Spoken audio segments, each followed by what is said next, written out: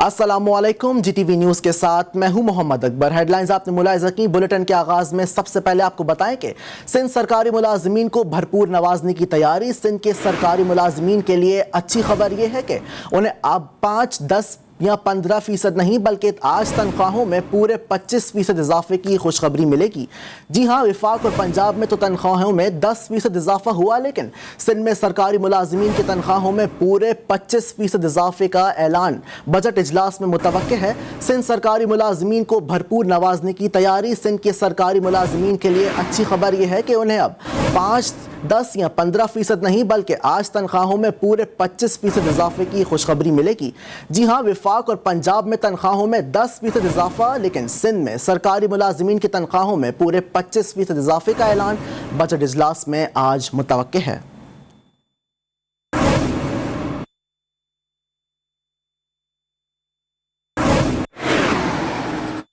आपको बताएं कि कराची सिंध असेंबली में आज बजट इजलास होगा। सिंध के नए माली साल 2021-22 का बजट आज पेश किया जाएगा।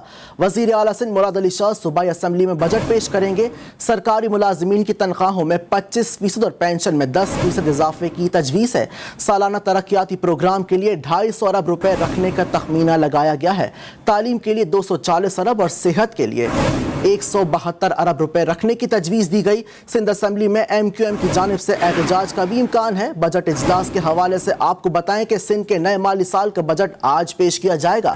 वजीर आला सिंध मुराद अली शाह सूबाई असेंबली में बजट पेश करेंगे। इस बजट में सालाना तरक्याती प्रोग्राम के लिए 250 अरब रुपए रखने का इम्कान है, जबकि तालीम के लिए 240 और सेहत के लिए 172 अरब रखने की तजवीज़ है।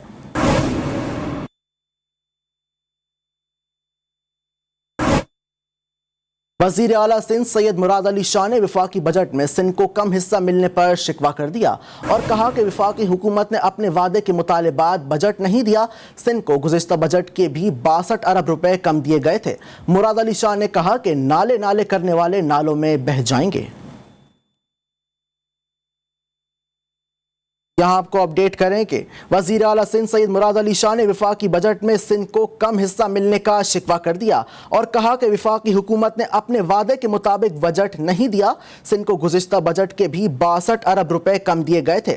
मुराद अली शाह ने कहा कि नाले नाले करने वाले नालों में बह जाएंगे।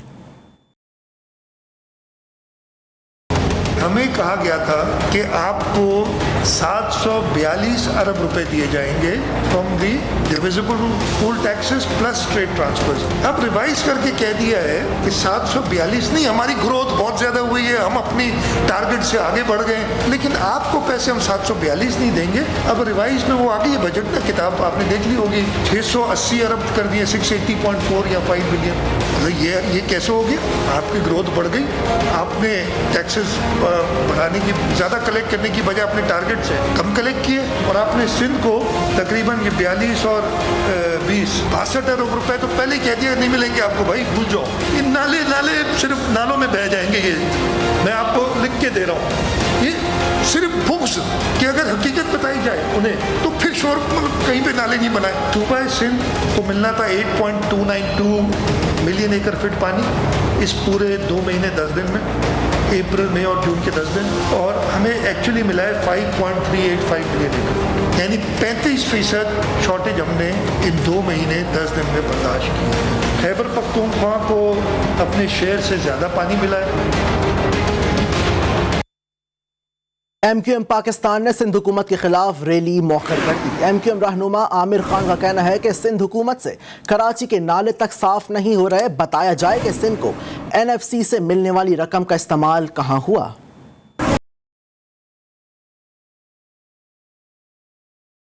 आपकी साजिश को नाकाम करने के लिए हम कल की एहतजाजी रैली को चंद दिनों के लिए मुलतवी कर रहे हैं। आपने इस शहर के अंदर कौन सी दूध की नहरें बहा दी हैं? आपसे नाले तक तो साफ नहीं होते। सिंध हुकूमत के हुक्मरान कराची में बैठकर बुलंदोबांग दावे करते हो। आपने जो हाल इस सूबे का किया है, जिसकी वजाहत आज वजीर आला साहब ने भी कर दी कि कराची में जितना पैसा लगना चाहिए था नहीं लगा। तो ये पैसा गया कहाँ? गुज़िश्ता 13 सालों में 9,000 अरब रुपए मिले हैं सिंध को NFC अवार्ड के तहत। कहाँ गए ये पैसे? सिंध हुकूमत के एक जिम्मेदार ने मीडिया से बात करते हुए MKM के ऊपर काफी इल्जामात लगाए। तो उन्होंने खदशे का इजहार किया शहर के अंदर हालात खराब होंगे या कोई टकराव की सूरत हाल पैदा होगी। उनकी गुफ्तगू ने उस साजिश को बेनकाब कर दिया या उनकी उस ख्वाहिश को बेनकाब कर दिया जो उनके दिल के अंदर पैदा हो रही है। हमें कोई किसी किस्म का डर और खौफ नहीं है। हमने चूड़ियां नहीं पहन रखी। आप अगर ये समझते हो कि हम आपसे डर जाएंगे तो ये आपकी भूल है।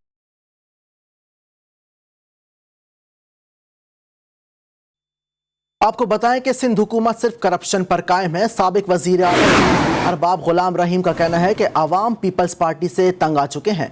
इमरान खान को भी ख्याल नहीं, हामियों के खिलाफ कार्रवाई बंद न की गई तो एहतजाज किया जाएगा। सिंध सूबा टेकन एज ग्रांटेड, कोई पट्टे पे दे दिया है इनको कि हमेशा ये हुक्मरानी करेंगे और इसी तरह से हुक्मरानी करेंगे। इमरान खान की जिम्मेदारी भी बनती है ना, वो सिंध का भी तो ख्याल करें। क्या सिंध सूबा अहम नहीं है? हुकूमत सिर्फ ये FIR पे चलती है, या करप्शन पे चलती है या FIR पे चलती है। इमरान खान साहब ने भड़कें तो बहुत ज़ोरदार लगाई थी, मैं ये कर दूंगा वो कर दूंगा।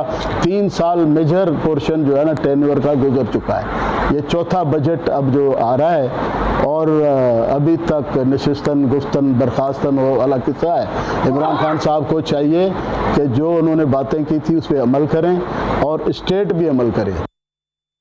महंगाई से बिलबिलाती आवाम पर पेट्रोल बम गिराने की तैयारियां। ओगरा ने पेट्रोलियम मसनूआती कीमतों में इजाफे की समरी वजारत पेट्रोलियम को इरसाल कर दी है। ज़राए के मुताबिक पेट्रोल की फी लीटर कीमत 4 रुपये 20 पैसे बढ़ाने की सिफारिश की गई। हाई स्पीड डीजल भी 3 रुपये 50 पैसे महंगा करने की सिफारिश की गई है। कीमतों में इजाफे की हतमी मंजूरी वज़ीर आज़म इमरान खान करेंगे। इजाफे के बाद नई कीमतों पर इतलाक 16 जून से होगा।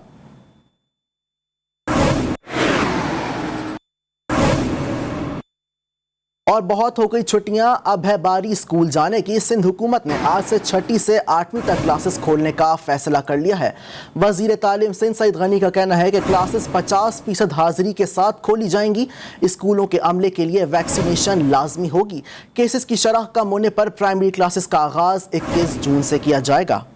यहाँ आपको अपडेट करें, बहुत हो गई छुट्टियां, अब हो गई है बारी स्कूल जाने की। सिंध हुकूमत ने आज से 6ठी से 8वीं तक क्लासेस खोलने का फैसला कर लिया है। वजीर तालीम सिंध सईद गनी का कहना है कि क्लासेस 50% हाजिरी के साथ खोली जाएंगी।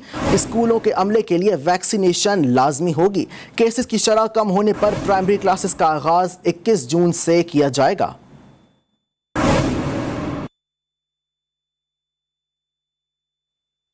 आपको बताएं कि बखर में मट्टी का तोदा गिरने से मलबे तले दबकर 3 मजदूर जाँ बहक हो गए हैं। वाक़या इलाका बड़ंगा में पेश आया, जहां तीनों मजदूर मोहम्मद सकलैन, मोहम्मद हसन और खलील अहमद 20 फुट गहरे पुराने कुएं की खुदाई कर रहे थे कि रेस्क्यू ज़राए का कहना है कि खुदाई के दौरान कुआं इनकी दीवार मजदूरों पर गिर गई है। तवील ऑपरेशन के बाद मजदूरों की लाशें निकाल ली गई हैं। आपको बताएं कि बखर में मट्टी का तोदा गिरने से मलबे तले दबकर 3 मजदूर जाँ बहक हो गए हैं। वाक़या इलाका बड़ंगा में पेश आया, जहाँ तीनों मजदूर मोहम्मद सकलैन, मोहम्मद हसन और खलील अहमद 20 फुट गहरे पुराने कुएं की खुदाई कर रहे थे। रेस्क्यू ज़राए का कहना है कि खुदाई के दौरान कुएं की एक दीवार मजदूरों पर गिर गई। तवील ऑपरेशन के बाद मजदूरों की लाशें निकाल ली गई हैं।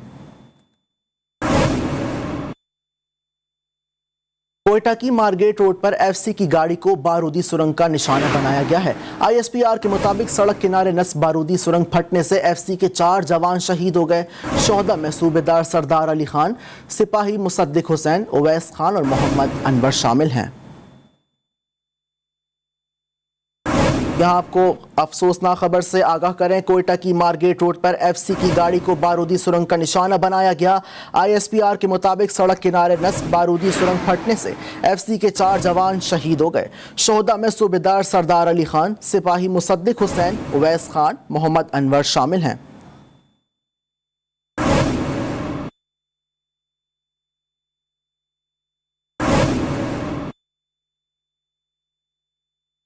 अब कुछ खबरें शामिल करते हैं पाकिस्तान सुपर लीग 6 की। तो सुपर लीग 6 के मैचेस अबू धाबी में जारी हैं। लीग के 22वें मैच में दिलचस्प मुकाबले के बाद इस्लामाबाद यूनाइटेड ने कराची किंग्स को 8 विकेटों से शिकस्त दे दी है। यहाँ आपको आगाह करें, पाकिस्तान सुपर लीग के सुपर मैचेस अबू धाबी में जारी हैं। लीग के 22वें मैच में दिलचस्प मुकाबले के बाद इस्लामाबाद यूनाइटेड ने कराची किंग्स को 8 विकेटों से शिकस्त देकर अगले मरहले में जगह बना ली। इस्लामाबाद की टीम ने 191 रन का हदफ 2 विकेटों के नुकसान पर 19वें ओवर में पूरा किया। कोलन मिनरो 88 और इफ्तिखार अहमद ने 71 रन की शानदार इनिंग्स खेली। अब्बास आफरीदी और वक्कास मकसूद ने एक एक विकेट हासिल की। कराची किंग्स के बाबर आजम 81, नजीबुल्लाह ज़दरान 71 रन बनाकर नुमाया रहे।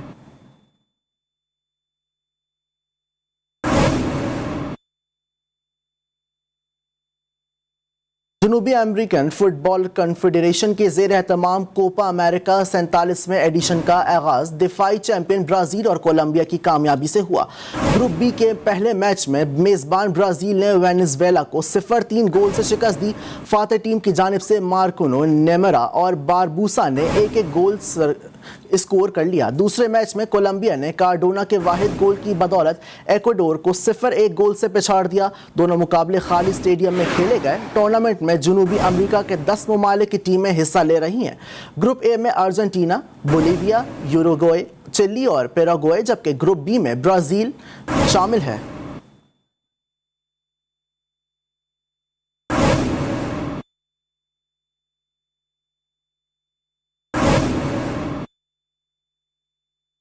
आपको बताएं कि सोमालिया में दहशतगर्द तंजीम अल शहाब के खिलाफ ऑपरेशन में 50 के करीब दहशतगर्द मारे गए हैं।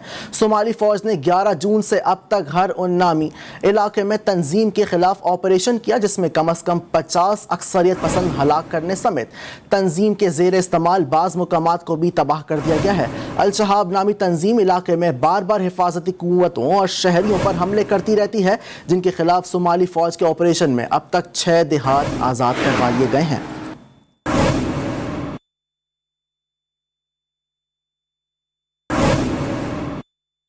दूसरी जानिब ऑस्ट्रिया यूरोप का पहला मुल्क होगा जो मास्क की शर्त खत्म करने जा रहा है। ऑस्ट्रिया में कोरोना मरीजों में कमी और दर्जे हरारत गर्म होने पर मास्क की तब्दीली का जवाब पेश किया जा रहा है।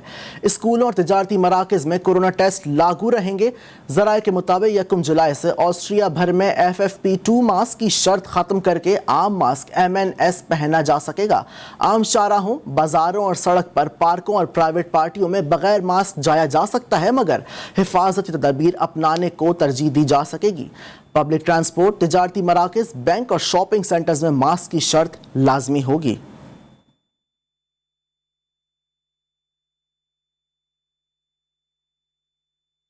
सऊदी अरब में माहौलियाती आलूदगी और माहौलियाती तहफ़्फ़ुज़ की आगाही के लिए 3D डिजिटल नुमाइश का आगाज़ कर दिया गया है, जिसमें सऊदी शहरियों समेत गैर मुल्कियों की बड़ी तादाद दिलचस्पी ले रही है।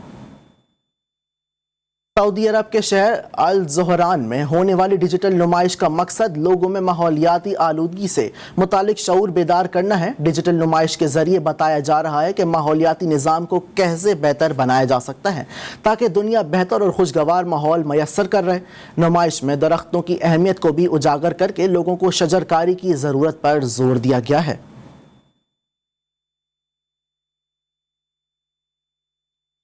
कराची वाले एक बार फिर तैयारी पकड़ लें, बादलों ने बरसने की ठान ली है। 17 जून से शहर में प्री मानसून बारिशों का आगाज होगा। इस दौरान आंधी और गरज चमक का भी इम्कान है। महकमा मौसमियात का मजीद कहना है कि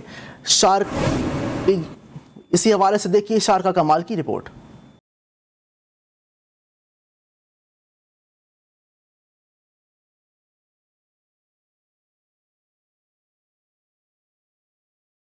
कराची वाले एक बार फिर होशियार हो जाएं। महकमे मौसमियात ने शहर में बरसात की नवीद सुना दी। बादल तो बरसेंगे, साथ ही गरज चमक और आंधी का भी इम्कान है। महकमे मौसमियात के मुताबिक सिंध में 16 जून से मानसून बारिशों का आगाज होगा। 17 ता 19 जून कराची में बादल जमकर बरसेंगे। इसी दौरान आंधी और गरज चमक का भी इम्कान है। बारिशों का नाम सुनते ही कराची वालों के जहनों में पिछले मानसून की यादें ताज़ा हो गयी। गुज़श्ता बरस कराची वालों को रिकॉर्ड तोड़ बारिशों के नतीजे में सैलाबी सूरत हाल का सामना करना पड़ा था। गुज़श्ता बरस शहर का हुलिया बिगड़ने के बाद ही शहरी इंतजामिया ख्वाब गफलत से बेदार हुई थी और बारिश रुकने के बाद निकासी आब की बेहतरी के लिए नालों की सफाई पर काम शुरू किया गया था। अब इस पर कितना काम हुआ, इसका जवाब तो आने वाली बारिशें ही देंगी। शारका कमाल, GTV न्यूज़, कराची। आपको बताएं कि पंजाब हुकूमत ने माली साल 2021-22 के लिए 26 खरब 53 अरब रुपए का बजट पेश कर दिया है। सरकारी मुलाजिमीन की तनख्वाहों में 10% इजाफा कर दिया गया। सूबाई वजीर खजाना की तकरीर के दौरान भरपूर एहतजाज किया गया। अपोजिशन ने एजेंडे की कॉपियां फाड़ दी। इसी हवाले से देखिए मियां शोएब अहमद की रिपोर्ट।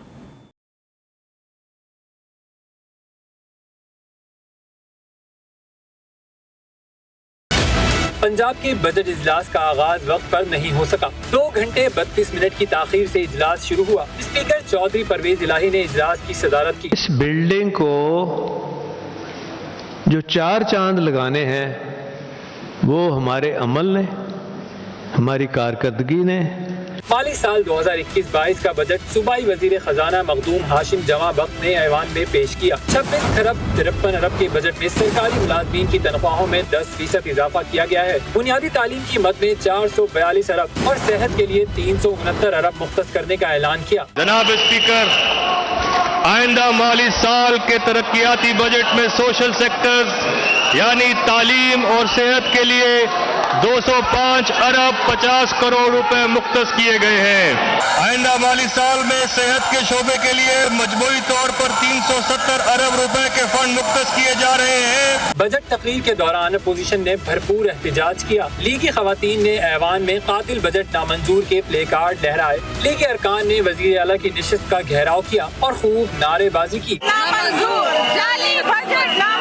अपोजिशन के शोर शराबे में सूबाई वजीर खजाना ने फाइनेंस बिल 2021-22 ऐवान में पेश किया। एजेंडा मुकम्मल होने पर स्पीकर चौधरी परवेज इलाही ने पंजाब असम्बली का इजलास 17 जून बरोज जुमेरात दोपहर 2 बजे तक के लिए मुलतवी कर दिया। कैमरा टीम और साथी रिपोर्टर वहीद गुज्जर के साथ मियां Shoaib Ahmad, GTV news, Lahore. Punjab assembly में कायदे हिज़्ब इख्तिलाफ हमजा शहबाज शरीफ ने पंजाब हुकूमत के बजट को मुस्तरद कर दिया। बोले बजट में सिर्फ लफ्ज़ों का हेर फेर किया गया, महंगाई रोकने के लिए कोई इक़दामात नहीं किए गए। ये पंजाब का बजट कम था, ये सिर्फ नंबर्स का गोरख धंधा था। आज बहावलपुर के गोठों में, आज साउथ पंजाब में, लाहौर जैसे शहर में घंटों घंटों की लोड शेडिंग दोबारा हो रही है, कोई पूछने वाला नहीं है। इंडस्ट्री 28 रुपए बिजली में इजाफा होगा तो इंडस्ट्री बाहर कैसे कम्पीट कर सकेगी, एक्सपोर्ट कैसे बढ़ सकेगी। महंगाई में इजाफा होगा और इनके दावे पिछले बजट की निस्बत जो हैं उसी तरह झूठ साबित होंगे। जबकि हुकूमत हक और सच बात सुनने का हौसला नहीं रखती। पार्लियामेंट को बनी गाला हाउस नहीं बनने देंगे। लीगी रहनुमा एहसन इकबाल का कहना है कि चाहते हैं कि तरक्याती और दिफाई बजट में इजाफा होना चाहिए। हुकूमत ने जो बजट दिया है वो झूठ का पुलंदा है। हुकूमत हक और सच बात सुनने का हौसला नहीं रखती। हम पाकिस्तान की पार्लियामेंट को बनी गाला हाउस नहीं बनने देंगे जहां शहनशाह मुअज़्ज़म इमरान नियाज़ी के हुक्म से ये वान चलेगा और ये वान बंद होगा। ये वान चलेगा तो पाकिस्तान के आइन और अपने कानून के तहत चलेगा। इस हुकूमत ने डेवलपमेंट बजट भी आज 4 साल बाद 2017 और 18 के मुकाबले में कम रखा है और डिफेंस बजट भी कम रखा है। और पंजाब असम्बली का बजट कैसा है, इस हवाले से फिरदौस आशिक अवान और उज़्मा बुखारी आमने सामने आ गईं। ना सिर्फ महंगाई की कमर तोड़ेगा बल्कि अपोजिशन के झूठे प्रोपेगेंडे को भी तोड़ेगा, अपोजिशन की आंसू और उम्मीदों को भी तोड़ेगा और हुकूमत को अगले 2 साल आवाम की खिदमत के रास्ते में जो रोड़े अटका रहे हैं, रुकावटें खड़ी कर रहे हैं, उनको भी तोड़ेगा। एक बात वैसे दुरुस्त कह गई है कि ये बजट वाकई पंच है गरीब आदमी के मुंह पे। ये बजट वाकई एक पंच है गरीब बेवा के जो बच्चे को जो फीस नहीं दे सकती उसके मुंह पे। ये वाकई एक बहुत बड़ा पंच है उस आम आदमी के लिए जो आटा और चीनी को रो रहा है। उन्होंने एक बात तो वैसे सच कह दी कि वाकई ये पंच है गरीब आदमी के मुंह पे, और उसके बाद इतने सारे पंच जब गरीबों के मुंह पे मारेंगे तो अल्लाह से डरे एक अल्लाह पंच मारेगा ऊपर से मुंह के ऊपर। पंजाब असम्बली के अपोजिशन अरकान ने बजट को मुस्तरद कर दिया। मौजूदा बजट को गरीब दुश्मन बजट करार देते हुए कहा कि खास तबके को नवाजा गया है। ना तो ये गवर्नमेंट अवामी है ना बजट अवामी है। हमारा तो पहले दिन से मौक़िफ़ ये है कि ये 2 नंबर लोग हैं, 2 नंबर तरीके से आए हुए हैं, इनका जाना ठहर चुका है। अब ये तीसरा बजट है, इसके बाद तो इनका पास मौका ही नहीं है। आखिरी बजट तो वैसे ही इलेक्शन बजट होता है। गुजारिश है कि हुकूमत की डेवलपमेंट है वो कहाँ पे नजर रही है, वो सिर्फ एक अखबारात की हद तक है, तकारीर की हद तक है और दावों की हद तक है। अभी सिर्फ हमारे पास तकरीर आई है और उसमें जो दावे किए गए हैं वो झूठे दावे किए गए हैं। बेशुमार प्रोजेक्ट्स हैं जिनका जिक्र किया तकरीर पर, अभी नामुकम्मल है। पाकिस्तान तहरीक इंसाफ के सेनेटर सैफुल्लाह अबड़ू कहते हैं कि अभी तक बिलावल भुट्टो ने कोई अच्छा काम नहीं किया। पता नहीं क्या मजबूरी है, अगर बिलावल भुट्टो जरदारी अच्छा काम करे तो खराज तहसीन पेश करेंगे। रोडी में मीडिया से गुफ्तगू करते हुए सेनेटर सैफुल्लाह अबड़ू ने कहा कि सूबाई वज़ीर सोहेल अनवर सयाल के पास 2008 से पहले कुछ नहीं था, अब उनके महल में हेलीपैड है। बिलावल भुट्टो से हमारा मुतालिबा है कि लाड़काना में बनाए गए अनवर महल और हैदराबाद में बनाए गए रावल महल की इंक्वायरी कराई जाए। 2 मिनिस्टर आपके हैं, सोहेल सयाल साहब उसी दिन कह रहा था कि मेरे फादर की एक प्रॉपर्टी थी अनवर पैलेस, तो हम चाहते हैं कि सोहेल सयाल साहब ने, मैं आज आपके साथ वीडियो भी शेयर करता हूँ, मैंने जानबूझ के उसी दिन सिंध असेंबली में नहीं किए कि सारे पते एक जगह नहीं खोले जाते, तो ये एक पता आपसे शेयर करता हूँ। मैं 2 वीडियो आपके पास शेयर करता हूँ। उसके महल में हेलीकॉप्टर खड़ा है, उसके महल में VIP गेस्ट खड़े हैं, आप महल देखें। तो हमने बिलावल साहब से ये डिमांड की थी कि अनवर पैलेस जो सोहेल सयाल ने बनाया है लाड़काना में, और हैदराबाद में जो शर्जील मेमन ने रावल पैलेस बनाया है, रावल महल, हमें इन दोनों चीज़ों का हिसाब चाहिए। और ये भी सुनने में आया है कि ये वहाँ बिलावल साहब ने ये भी अनाउंस किया है कि कल पहले वो यहाँ से सालेपट से आज होके 14 को 15 को वो लाड़काना आ रहे हैं। आज़ाद कश्मीर में इलेक्शन से पहले ही तहरीक इंसाफ मुश्किलात का शिकार हो गई। टिकटों की तकसीम पर उम्मीदवार सरापा एहतजाज बन गए। हल्का नकियाल से सरदार नईम आरजू ने कारकुनान समेत एहतजाज किया। PTI उम्मीदवार ने इल्ज़ाम लगाया कि टिकट सरमायादारों ने खरीद लिए हैं। मुजाहिरीन ने धमकी दी कि अगर वज़ीर आज़म इमरान खान ने नोटिस ना लिया तो मेरिट की पामाली के खिलाफ बनी गाला पर धरना भी देंगे।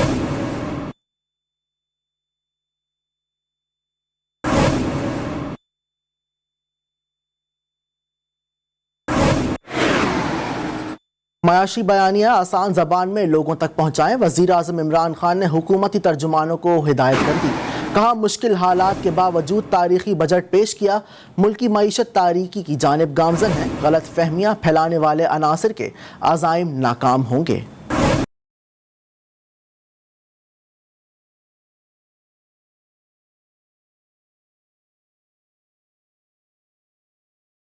वज़ीर आज़म की ज़ेर सदारत हुकूमती और पार्टी तर्जुमानों की अहम बैठक लगी। इजलास में मुल्की सूरत हाल खुसूसन बजट में आवाम को रिलीफ और माशी तरक्की के अमल को तेज करने से मुताल्लिक गौर किया गया। पार्टी तर्जुमानों ने मुतवाज़न, आवाम दोस्त और माशरे के हर तबके के लिए मज़बूत बजट पेश करने पर वज़ीर आज़म और हुकूमती माशी टीम को मुबारकबाद दी। वज़ीर आज़म का कहना था कि मुल्क की मईशत तरक्की की जानिब गामजन है। हुकूमत की कोशिश रही है कि मौजूदा बजट माशरे के हर तबके के लिए उम्मीद की किरण साबित हो। कोरोना के दौर में मईशत को धचका लगा और माशी मसाइल पैदा हुए। पाकिस्तान ने कामयाब हिकमत अमली से माशी सफर तय किया। वज़ीर आज़म ने हुकूमती तर्जुमानों को हिदायत की कि माशी बयानियाँ आसान ज़बान में लोगों तक पहुँचाएं। गलत फहमियाँ फैलाने वाले अनासिर के अज़ाइम नाकाम होंगे।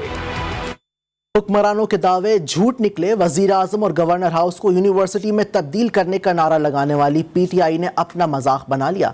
बुज़दार सरकार ने पंजाब असम्बली की नई बिल्डिंग के लिए 5 अरब 36 करोड़ रुपए खर्च कर डाले।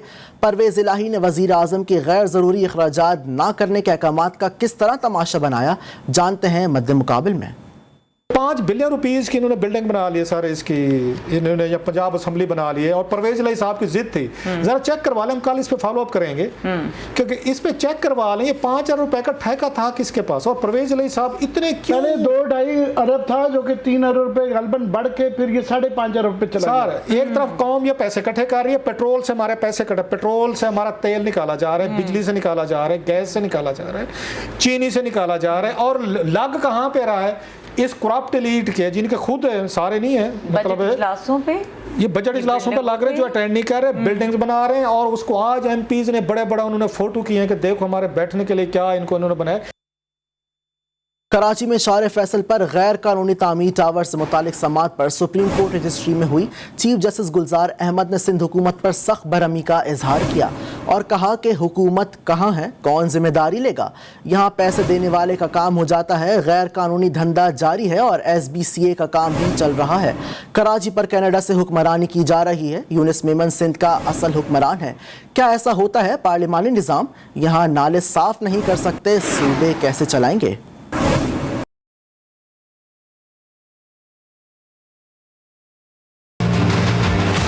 कराची में गैर कानूनी तामीरात का मामला। Chief justice of Pakistan justice Gulzar Ahmed की सरबराही में 3 रुकनी बेंच ने कराची रजिस्ट्री में समाअत की। शारा फैसल पर नस्ला टावर की तामीर पर अदालत ने आज भी बरहमी का इजहार किया। जस्टिस एजाजुल एहसन ने कहा कि सर्विस रोड पर इमारत तामीर कर दी गई। चीफ जस्टिस गुलजार ने कहा कि शारा फैसल का साइज कम नहीं हुआ बल्कि वसी करने के लिए तो फौजियों ने भी जमीन दी थी। चीफ जस्टिस ने कहा कि सारे रफाई प्लाटों पर प्लाजे बन गए हैं और समझते हैं कि अदालत को कुछ पता नहीं। कोई लंदन से हुक्मरानी करता है, कोई दुबई से और कोई कनाडा से कराची पर हुक्मरानी कर रहा है। यूनुस मेमन सिंध का असल हुक्मरान है जो सारा निजाम चला रहा है। सुप्रीम कोर्ट ने सिंध हुकूमत के वकील की सख्त सरजनिश करते हुए कहा कि सिंध के सिवा पूरे मुल्क में तरक्की हो रही है। थर पार करके लोग पानी की बूंद बूंद को तरस गए। अदालत का कहना था कि यहाँ एक ASI भी इतना ताकतवर है कि पूरा सिस्टम चला सकता है। 15-20 थानों की हदूद से गुजरकर झंडे उठाए लोग शहर में दाखिल हो जाते हैं, लेकिन किसी को नजर नहीं आता।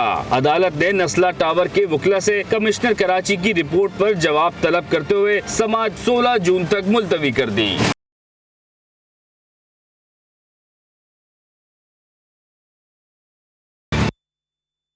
कौन है ये यूनुस मेमन? करता क्या है यूनुस मेमन? इतना अहम कैसे है ये Yunus Memon? Supreme court Karachi registry में आज चीफ जस्टिस ऑफ पाकिस्तान की मौजूदगी में यूनुस मेमन का तस्करा हुआ तो चीफ जस्टिस ने एडवोकेट जनरल सिंध से कहा कि हम चुप हैं तो चुप ही रहने दें, हमारा मुंह मत खुलवाएं। हमें सब पता है SBCA और सिंध हुकूमत कनाडा से चल रही है।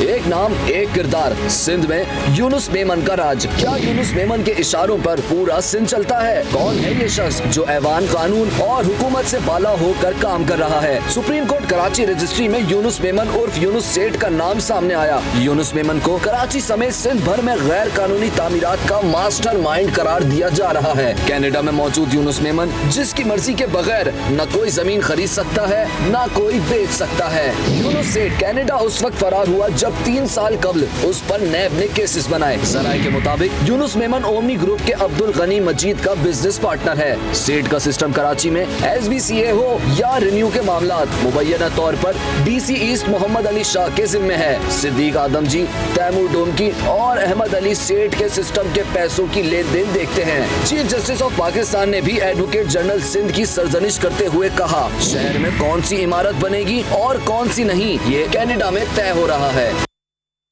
चुनिया में हाई वोल्टेज तारें मकानात पर आ गिरी। करंट लगने से एक खातून जाँ बहक, 2 बच्चे समेत 5 अफराद जख्मी हो गए। वाक़या गांव मीरकोट टैंकी में पेश आया। करंट लगने से जाँ बहक होने वाली खातून की शनाख्त मुबीना बीबी के नाम से हुई है, जबकि जख्मियों में हकीम सलीम, आमिर पंसार और 2 बच्चे शामिल हैं।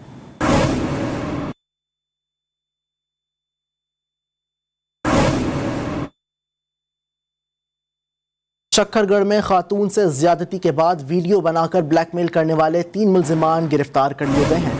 पुलिस थाना कोट नैनिया ज्यादती केस वीडियो मंजर आम पर आने पर IG पंजाब ने नोटिस ले लिया।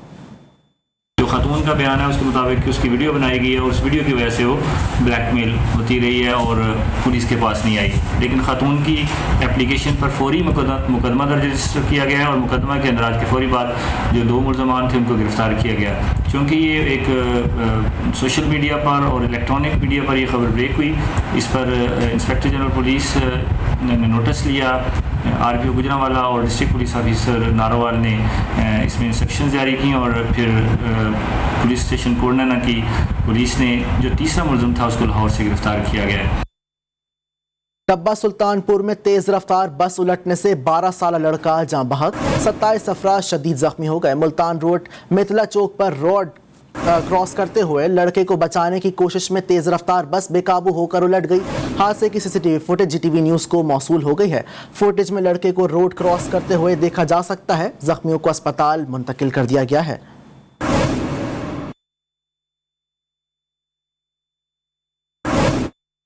जैकबाबाद में शहरियों ने रात गए थाने का घेराव कर लिया। एसएचओ सिटी थाने के खिलाफ थाने के गेट पर एहतजाज जारी है।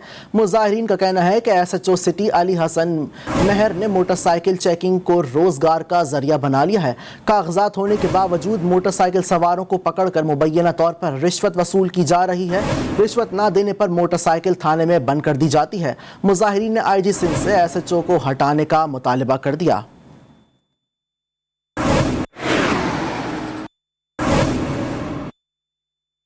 कराची में मुबैना तौर पर जायदाद की लालच ने बेटे को बाप पर गोलियां चलाने पर मजबूर कर दिया। नॉर्थ कराची में मिनी बस पर फायरिंग से 2 अफराद जख्मी हो गए। कराची से बुहरान मुस्तफ़ा की रिपोर्ट।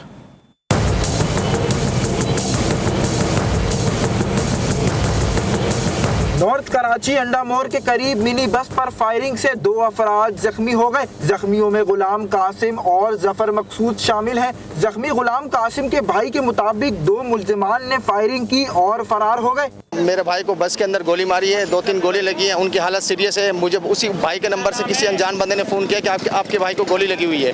मैंने कहा उनको एम्बुलेंस पे लेके आप अब्बासी पहुँचो, मैं पहुँच रहा हूँ वहाँ पे। उसके बाद अभी मेरे भाई की हालत सीरियस है। पुलिस के मुताबिक जख्मी होने वाला गुलाम कासिम कोर्ट में पेशी पर जा रहा था। रास्ते में गुलाम कासिम की दूसरी बीवी के बेटे ने ही जमीन के तनाजे पर फायरिंग की। पुलिस मुल्जिमान की तलाश में छापे मार रही है। कैमरामैन ताहिर दाद के साथ बुरहान मुस्तफ़ा, जीटीवी न्यूज़, कराची। कराची के मुख्तलिफ इलाकों में पुलिस की ताबड़तोड़ कार्रवाइयाँ जारी हैं। पुलिस ने मुख्तलिफ वारदातों में मुलव्वस 8 मुल्जिमान को गिरफ्तार कर लिया है। बैरिया टाउन में जलाओ घेराव से मुतालिक मुजाहिरीन को बैनर्स छाप कर देने वाले प्रिंटिंग प्रेस के मालिक को भी गिरफ्तार कर लिया है।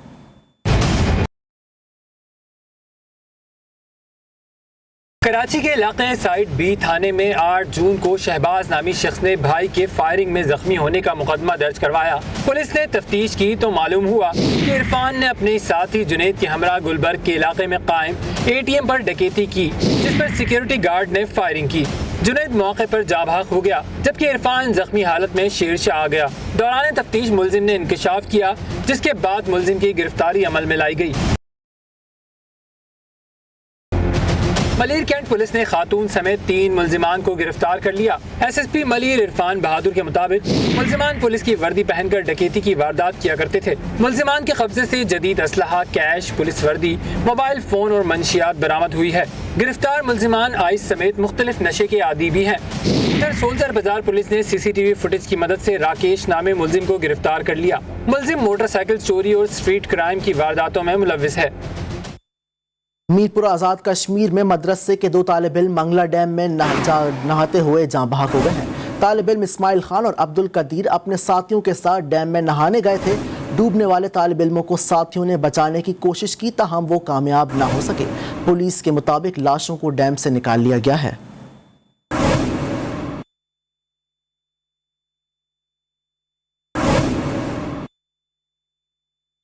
कोरोना वायरस से आलमी सूरत हाल पर अपने नाजरीन को आगाह करते चलें कि दुनिया भर में कोरोना के 22 अमवात की तादाद 38,30,503 हो गई है, जबकि कोरोना से मुतासर अफराद की तादाद 17 करोड़ 59 लाख से जायद हो गई है। दुनिया भर में कोरोना वायरस से सेहतयाब होने वाले अफराद की तादाद 16 करोड़ 57,810 हो गई है, जबकि अमरीका में कोरोना से मजीद 146 अफराद जान से गए। अमरीका में कोरोना वायरस से मरने वालों की मजमूई तादाद 6,15,209 हो गई है, जबकि भारत में कोरोना से मजीद 898 मरीज मौत के मुंह में चले गए हैं। भारत में कोरोना से अमवात की मजमूई तादाद 3,75,000 से जायद हो गई है।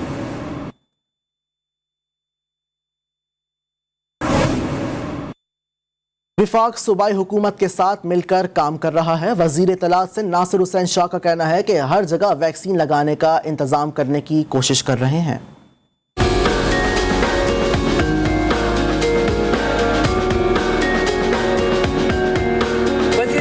नासिर हुसैन शाह ने कराची में सरफराज रफीकी शहीद अस्पताल में कोरोना वैक्सीनेशन सेंटर का इफ्तिताह कर दिया। तो ये इरादे आए कि वो जल्दी अपनी वैक्सीन लगवाएं। नासिर हुसैन शाह का मीडिया से गुफ्तगू करते हुए कहना था कि ज्यादा से ज्यादा वैक्सीन लगाने के लिए इक़दाम कर रहे हैं। वैक्सीन के साथ एहतियाती तदाबीर भी इख्तियार करनी होगी।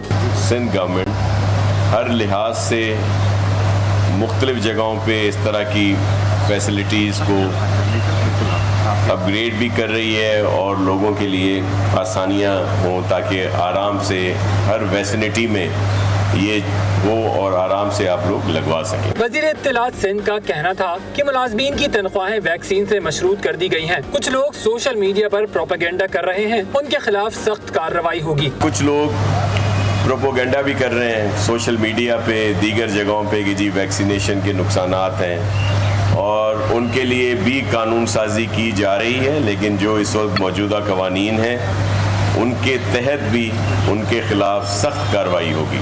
नासिर हुसैन शाह ने इंदिया दिया कि वैक्सीन न लगवाने वाले शख्स के नाम पर सिम बंद कर दी जाएगी। जहलम में टाइफॉइड से बचाव के लिए वैक्सीनेशन मुहिम का आगाज कर दिया गया है। डिप्टी कमिश्नर राव परवेज अख्तर ने THQ अस्पताल में छोटे बच्चों को टाइफॉइड से बचाव के हिफाजती टीके लगाकर मुहिम का आगाज किया। मुहिम 26 जून तक जारी रहेगी। मुहिम के दौरान डिस्ट्रिक्ट जहलम की 14 शहरी यूनियन काउंसिल्स में 1,46,000 से बच्चों को टाइफॉइड से बचाव के हिफाजती टीके लगाए जाएंगे। आपको बताएं कि जहलम में टाइफॉइड से बचाव के लिए वैक्सीनेशन मुहिम का आगाज कर दिया गया है। डिप्टी कमिश्नर राव परवेज अख्तर ने DHQ अस्पताल में छोटे बच्चों को टाइफॉइड से बचाव के हिफाजती टीके लगाकर मुहिम इफ्तिताह किया। मुहिम 26 जून तक जारी रहेगी। मुहिम के दौरान डिस्ट्रिक्ट जहलम के 14 शहरी यूनियन काउंसिल्स में 1,46,000 से बच्चों को टाइफॉइड से बचाव के हिफाजती टीके लगाए जाएंगे।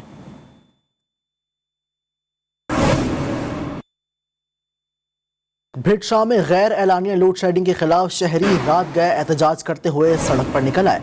मुजाहिरीन का कहना है कि मुख्तलिफ इलाकों लतीफ़ कॉलोनी, हुनरमंद कॉलोनी, पीर मोहल्ला, शेख मोहल्ला में ट्रांसफार्मर बंद हैं। 18 घंटों की लोड शेडिंग से तंग आ चुके हैं। एहतजाज के दौरान शहरियों ने शाहराह को मुकम्मल ब्लॉक कर दिया और जेस्को के खिलाफ शदीद नारेबाजी की।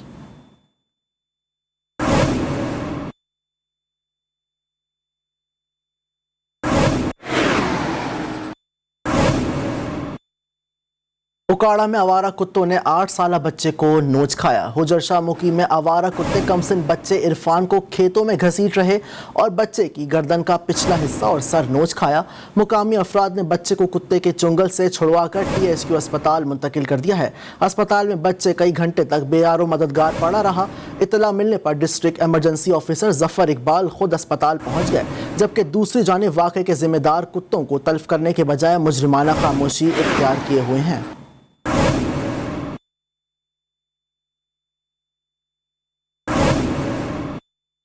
कराची सिंध दुनिया भर में आज खून अतिया करने वालों का आलमी दिन मनाया गया, जिसका मकसद जिंदगी बचाने के लिए खून अतिया करने की अहमियत को उजागर करना है। शारका कमाल की रिपोर्ट। 14 जून को हर साल खून अतिया करने वालों का आलमी दिन मनाया जाता है। इस दिन कॉरल लैंडस्टैनर की सालगिरह भी मनाई जाती है, जिसने खून में ABO ब्लड ग्रुप सिस्टम मुतारफ करवाकर सिस्टम दरियाफ्त करके नोबेल प्राइज हासिल किया।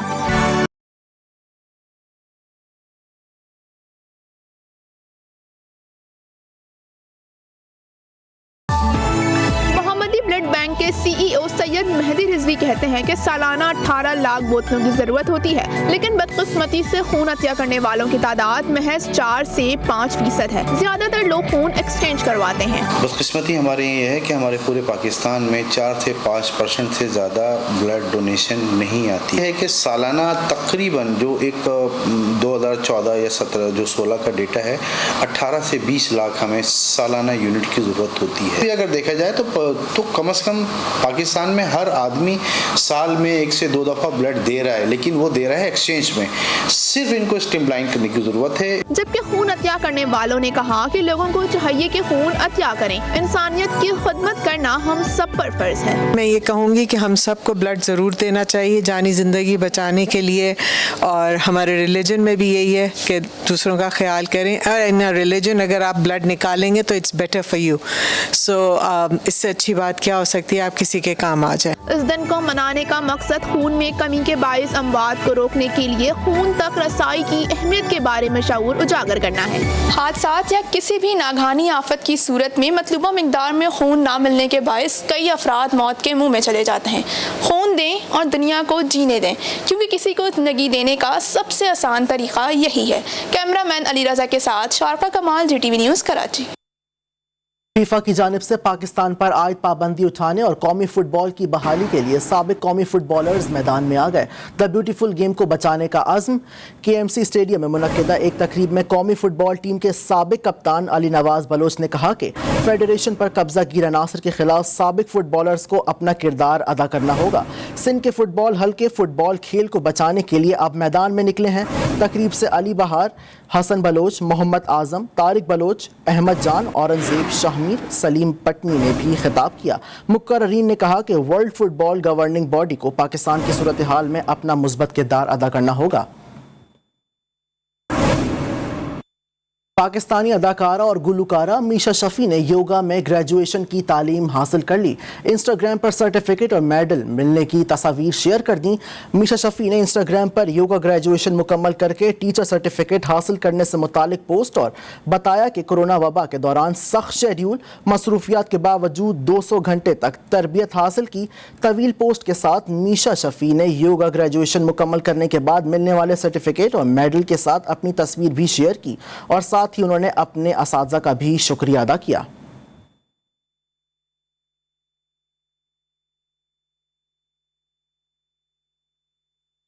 फिलहाल इतना ही। बाखबर रहने के लिए देखते रहिए GTV न्यूज़।